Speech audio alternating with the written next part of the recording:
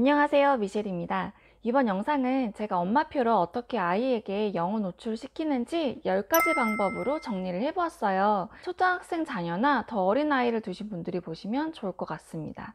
제 채널에 거의 다 처음 오시는 분들일 텐데 제가 누군지 아무도 모르시잖아요. 어떻게 하면 강하게 어필을 해서 제 영상까지 들어오시게 할 수 있을까를 좀 고민을 하다가 이렇게 학벌로 괜히 우겨 넣어서 관심을 좀 끌어봤습니다. 그런데도 조회수가 안 나오면 어떡하죠? 그래도 그냥 꿋꿋하게 한번 올려보도록 하겠습니다. 전 미국 서부 캘리포니아에서 중고등학교를 나왔고요. 동부 보스턴 대학교에서 컴퓨터 전공을 했어요. 그리고 서울대학교 MBA 코스에서 공부를 했었습니다. 학벌이 말해주는 건 아무것도 없지만 이런 백그라운드로 유년기를 거쳐 엄마가 된 사람이 어떤 방식으로 육아를 하는지 영어 노출을 시키는 데에 대해서 알려드리고 싶어서 학벌을 좀 내세우는 무리수를 뒀습니다. 누구나 이번 생이 처음이고 처음 엄마가 되어보고 아이를 가르쳐보는 거라 정말 많은 유아서적과 교육서적을 읽어봤던 것 같아요. 거뜬히 한 30권 이상은 읽어본 것 같아요. 그러면서 저만의 교육 철학을 세우고 흔들리지 않으려고 노력하고 있는 중입니다. 혹시 아직 아이가 어리거나 어떻게 교육을 시켜야 할지 모르겠다는 분들은 제 교육 방법을 한번 보시고 마음에 드시는 방법이 있으면 적용하시면 좋을 것 같아요. 제가 올리는 영상은 지극히 개인적인 교육 철학을 바탕으로 하는 말들이니 물론 그러지 않으시겠지만 너무 맹신하진 마시고요. 제 방법이 무조건 옳다가 절대 아니에요. 저는 이런 방식으로 우리 아이들을 교육시킨다는 것을 공유하고 싶어서예요. 제가 미국에서 10년 이상 살아서 가정에서도 영어로 사용을 할 것 같다거나 그러면 되잖아 하시는 분들이 있는데 아이 둘을 육아를 하다 보면 그게 녹록지가 않아요. 저도 마음은 항상 충만한데 정작 실천이 어렵더라고요. 우리나라 말로도 했던 말 또 하고 또 해서 막 소리를 질러야 되는 상황이 있는데 무슨 영어 이럴 때가 좀 많이 있거든요. 욱하는 마음을 다스리는 것만으로도 충분히 육아를 잘하고 있다면 스스로 좀 다독이는 중이라서요. 그리고 국어를 잘해야 영어를 잘하잖아요. 저는 막 36개월 지난 딸과 10살인 초등학교 3학년 아들이 있어요. 우선 36개월 딸에게는 어떤 식으로 영어 노출을 시키는지를 알려드리고 이러한 방법으로 성장한 초등학교 3학년은 요즘 어떻게 교육을 시키는지 알려드릴게요. 나이에 상관없이 동일한 부분이 거의 다이긴 한데 그냥 수준이 좀 다르다는 것 외에는 큰 틀은 벗어나지 않아요.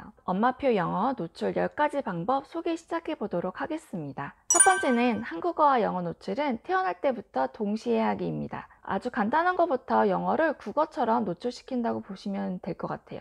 예를 들어 good morning, 잘 잤어? sweet dreams, 잘 자, I love you, 사랑해 이런 걸 동시에 한국어와 영어로 말을 해줘요. 그러면 아이가 수개월 동안 그 말을 들으니까 지금 한 36개월쯤 됐는데 드디어 두 언어의 고리를 이해하는 것 같고 말을 시작을 하더라고요. 영어 공부를 언제부터 하면 되나요? 라는 질문을 종종 받아요. 근데 그 질문도 좀 잘못된 것 같아요. 이건 마치 국어 노출을 언제부터 하면 되나요? 와 동일한 질문이죠. 영어와 국어를 바이링구, 즉 두 언어를 모국어처럼 잘하는 아이로 키우고 싶으시다면 그냥 처음부터 몇 안 되는 단어, 문자 이런 걸 모국어와 함께 처음부터 꾸준히 노출시키는 것이 좋은 것 같아요.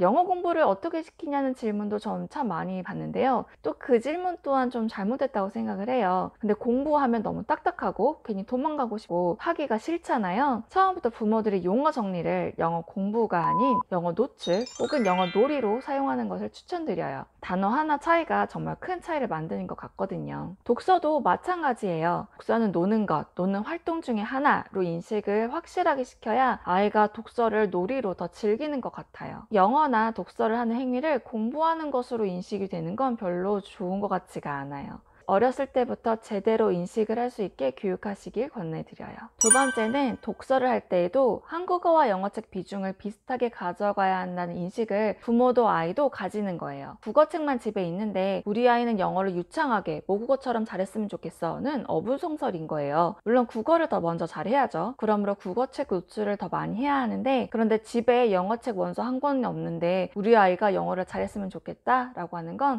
그건 정말 말이 안 돼요. 그리고 아이들이 어차피 혼자 있는 시간이 많을 수밖에 없어요. 그러다 보니까 그림만 구경하는 경우도 많아요. 탑을 쌓는다고 하죠. 그것도 정말 좋은 방법이에요. 그림책을 영어로든 국어로든 정말 많이 노출을 시켜서 거부감이 없게끔 만드는 것이 아이에게 할 수 있는 최고의 교육인 것 같아요.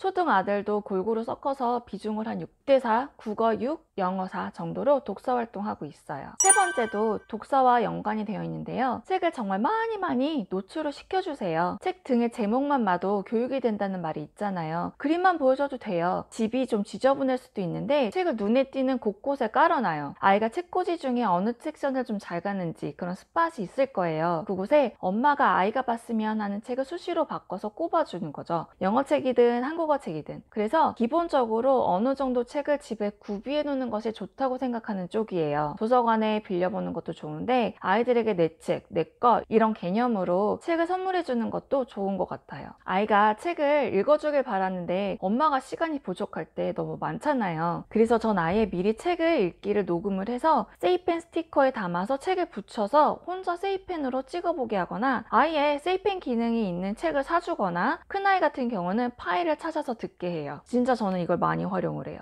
전 그리고 읽을 때 엄청 오버해서 호들갑을 엄청 떨면서 읽어줘요. 모노톤으로 읽어주면 지루할까 봐서요. 네 번째는 노래를 빼놓을 수가 없죠. 동요 집에서 많이 틀어주시잖아요. 정말 어렸을 때부터 의도적으로 영어 동요를 많이 틀어줬어요. 노래뿐만 아니라 책 읽어주는 음원도 그냥 틀어놓고 올 때가 많아요. 촌등 아들은 이제 서서히 저를 따라 팝송으로 넘어오더라고요. 다섯 번째는 좀 의외라고 생각하실 수 있는 건데요. TV나 영상을 통해서 영어 노출을 저는 거의 안 해요. 영어 노출을 위해서 넷플릭스나 디즈니 채널, 테드, 유튜브 같은 거 보여줄 수도 있잖아요. 실제 많이 그렇게들 하시고요. 제 의견은 단기적으로는 조금 얻어갈 수 있겠지만 장기적으로는 그런 영상의 맛을 먼저 들이면 다른 모든 것들이 다 시시해져요. 특히 독서요. 그래서 저는 영상은 거의 보여주지 않고요. 차라리 그냥 음원이나 음악을 틀어줘요. 그래서 저희 집에서는 영상으로는 영어를 거의 접하지 않아요. 독서 역시 마찬가지로 이북보다는 종이책으로만 노출을 시켜주고 있어요. 초등학생 아들은 작년에 대비 영상 시청하는 것에 좀 더 너그러워졌는데요. 내셔널 지오그래픽이나 정말 궁금해하는 과학 관련 영상, 나사 영상 같은 거는 보여줄 때도 있긴 하지만 원칙은 미디어보다는 책이에요. 독서 이야기를 살짝 더 하자면요. 집에 와서 TV부터 켜는 집과 TV 자체가 아예 없는 집과의 독서량은 다를 수밖에 없어요. 그리고 영상이 너무 빠르게 움직여서 아이들 뇌구조를 바꾼다는 여러 케이스 스터디도 봤고 각종 연구 결과에 따르면 TV와 스마트폰에 일찍 노출이 되고 스크린을 보는 시간이 과도한 아이일수록 언어 지체, 집중력, 주의력 저하, 비만, 공격적인 행동, 수면 문제 등이 생길 수 있는 위험이 크다는 의학 보고가 있어요. 영상이 비록 교육적인 내용이라 할지라도요. 그리고 경험상 이런 것에 노출을 좀 시켜주고 끊으려면 금단현상처럼 아이들이 지루함을 견디지를 못하더라고요. 심심해병에 도진다고 해야 할까요? 그래서 전 전적으로 이 모든 것을 영상 탓으로 생각해서 정말 특별한 상황이 아니면 저희 집은 멀쩡한 TV도 고장난 상태로 인지가 되어 있고 핸드폰에서 나오는 영상도 고장나 있는 상태로 되어 있어요. 음식점이나 밖에 나가면 아이들 핸드폰으로 뭔가 보여주는 가정 많이 있잖아요. 그걸 방지하기 위해서 항상 미리 책가방을 싸놔요. 차에 하나 놓고 집 문 앞에 하나 있어요. 그 안에는 색종이, 종이접기책, 색연필, 종이, 스케치북 작은 사이즈, 종합장, 그리고 얇은 종이책 몇 권 정도 넣어져 있어요. 그래서 음식점이나 밖에 나가면 이런 거 가지고 놀아요. 그리고 지금 제가 언급했던 아이템들이 마음에 다 안 들고 모든 게 다 싫다 하는 아이들이면 아이 앨범을 하나 만들어 주세요. 아이들 자기 얼굴 보는 거 되게 좋아하거든요. 앨범도 추억이 담긴 책이잖아요. 그러면 이제 핸드폰은 정말 진짜 필요가 없어요. 처음부터 버릇을 잘 들이면 찾지도 않아요. 이거 정말 강추드립니다. 여섯 번째는 평상시에 그냥 편안하게 한국어로 아이들과 대화 나누시잖아요. 영어 표현과 단어들을 기재한 포스트잇 같은 거를 집안 곳곳에 부착시켜서 의도적으로 한 번이라도 더 들려주려고 노력을 해요. 영어 표현이 기억이 안 나시는 분이라면 더 많이 활용이 되실 것 같은데 저 같은 경우에도 좀 잊고 있다가 저 포스트잇을 보면 한 번 더 이제 노출을 해주려고 노력을 하는 케이스고요. 지금 시기는 그냥 노출의 개념으로 생각하시면 좋을 것 같아요. 이 세상엔 다양한 언어가 존재한다는 것을 자주 이야기하고 다양한 언어를 구사하면 좋다는 얘기를 한국어 말문 트일 때부터 계속 얘기를 해줬어요. 발음이 걱정이라는 분들이 많이 계신데요. 제로 노출보다는 뭔가 노출이 되는 것이 더 낫다고 보고요. 영어책을 보여주실 때 음원이 있는 책들을 들려주시면 되니까 용기를 가지고 노출을 많이 시켜주세요. 일곱 번째는 독서 습관을 잡기 위해서 리딩 룩을 만들어주는 거예요. 독서하는 공간이요. 그런데 꼭 재밌는 게 꼭 엄마가 즐겨 앉아보는 공간을 따라와서 읽더라고요. 아늑하고 당장이라도 독서를 하고 싶게 만드는 독서 아지트 같은 그런 느낌의 리딩 루크를 만들어주는 것이 좋은 것 같아요. 저희 집 리딩 루크는 바로 여기예요.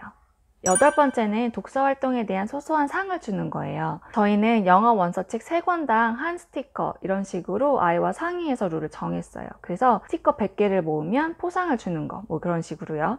이게 저희 아들과 진행하고 있는 스티커 판이에요. 계속 꾸준히 하지는 못해요. 이것 또한 이해해주는 편이에요. 저도 리딩 슬럼프가 오기 때문에 진짜 책이 안 읽힐 때가 있잖아요. 또 그랬고 억지로 막 시켜봤자 되지도 않아서 기다려주는 편이에요. 스티커판을 냉장고에 붙이고 상기만 시켜줘요.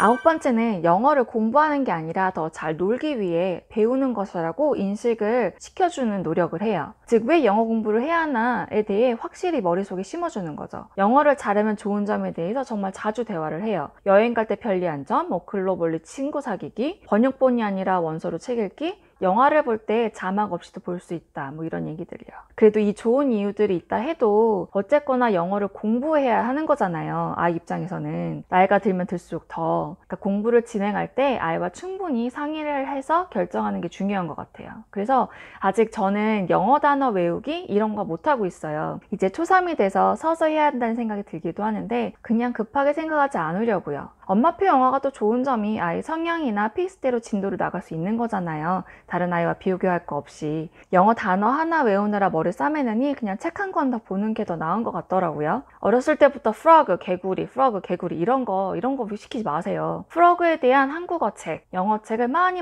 노출을 시켜주세요. 그러면 자연스럽게 앞다리, 뒷다리, 올챙이 이런 걸 영어로도 알게 돼요. 프로그 스펠링을 제대로 못하면 어때요? 더 폭넓은 지식을 두 언어로 배우는데요. 단어 스펠링은 차차 천천히 하시면 돼요. 마지막으로 10번째는 영어 교육을 어떻게 시켜야 할지 모르겠다, 난감하다 하시는 분들이 있는데 그냥 국어를 어떻게 알려줄까를 생각하고 그것을 고스란히 영어로 접목시키면 되세요. 우리 아이들 국어 교육 시킬 때 개구리 10번 써 하면서 단어 가르치지 않잖아요. 심지어 외워 이런 것도 하지 않고요.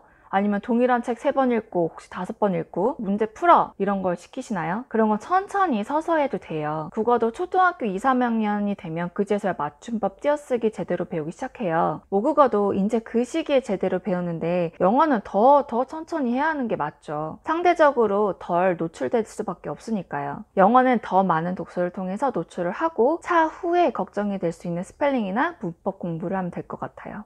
이 문법도 어린아이들에게 두음 법칙이네, 자음 동화네 이런 거 거론하면서 국어 가르치지 않잖아요. 영어도 동일하게 봐주시면 좋을 것 같아요. 그리고 결국 독서가 답이고 이 활동을 통해서 생각 주머니를 넓게 해주는 것, 그리고 독서력을 향상시키는 것을 목표로 정하시면 좋을 것 같아요. 더불어 칭찬 많이 해주시고요. 그러면 아이도 열린 마음으로 재미있게 엄마의 의도대로 잘 따라오지 않을까 싶습니다. 오늘 내용 정리해보자면요. 첫 번째, 한국어와 영어 노출은 태어났을 때부터 동시에 하기. 두 번째, 독서를 할 때에도 한국어와 영어 책 비중을 비슷하게 하기. 세 번째, 책 노출은 무조건 많이 하기. 네 번째, 노래와 책 음원을 활용해서 노출하기. 다섯 번째, 미디어 노출은 최소화하기. 여섯 번째, 포스트잇을 활용해서 엄마도 아이도 영어 노출 행위 자체를 리마인더 시키기. 일곱 번째, 독서 습관을 잡기 위해 리딩 누크 만들어서 독서 아지트, 독서 환경 세팅해주기.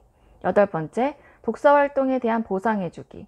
아홉 번째, 영어는 공부가 아닌 노는 것, 놀기 위해 배워야 하는 것이라고 인식 심어주기. 열 번째, 영어 교육도 국어 교육하는 방식으로 접근하기. 이 정도로 정리하면 될 것 같아요. 앞으로 다양한 영어 교육 관련으로 영상 올릴 예정이에요. 파닉스 공부하는 방법이나 영어 원서는 어떻게 고르는지, 초등학생이고 영어 공부를 한 2, 3년 정도 한 친구라면 어떤 방식으로 단계를 업시켜서 공부하면 좋을지에 대해서요. 오늘 영상 마음에 드셨다면, 그리고 앞으로 올라올 영상이 기대가 되신다면 구독과 좋아요 부탁드리고요. 구독하실 때 알람 켜시는 거 잊지 마시고요. 긴 영상 봐주셔서 감사드립니다. 다음에 또 뵐게요. 감사합니다.